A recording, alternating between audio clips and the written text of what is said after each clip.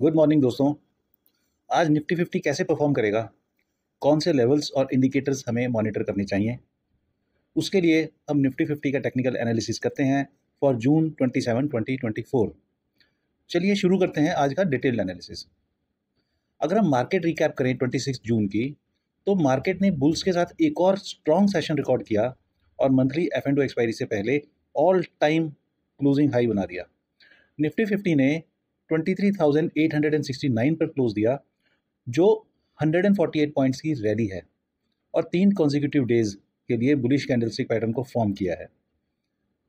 बहुत सारे industry experts का मानना है कि निफ्टी जल्दी ही 24,000 और फिर 24,200 का माइलस्टोन टच करेगा और इसके लिए सपोर्ट होंगे 23,700 और 23,500।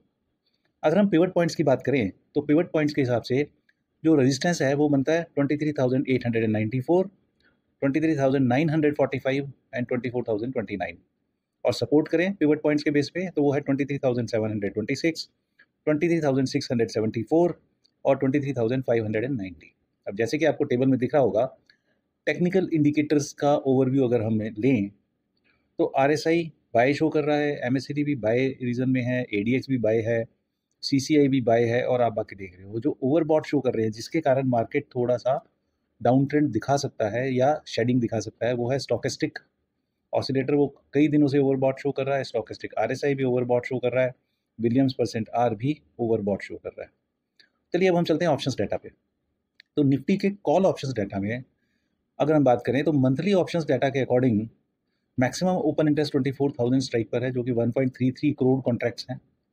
तो ये लेवल शॉर्ट टर्म में एक की रेजिस्टेंस लेवल के रूप में काम करेगा।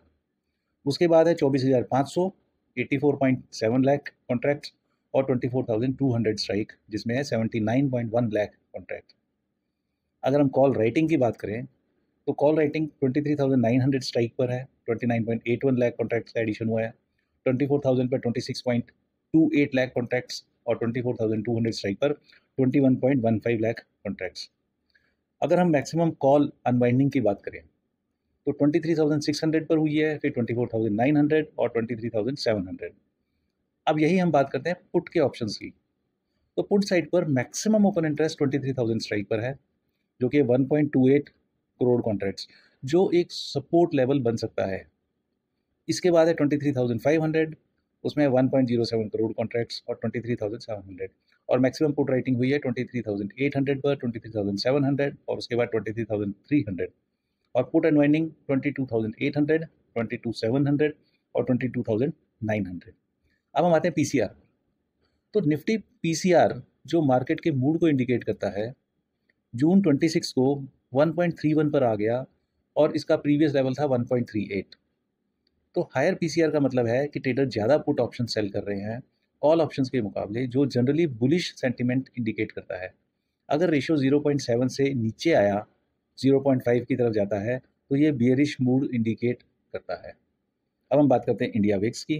तो वॉलेटिलिटी करेक्ट हुई है कुछ दिनों के अप ट्रेंड के बाद, ऑल्दो इसने अपना 10 डे EMA 26 तारीख की ट्रेडिंग के दौरान टच किया था।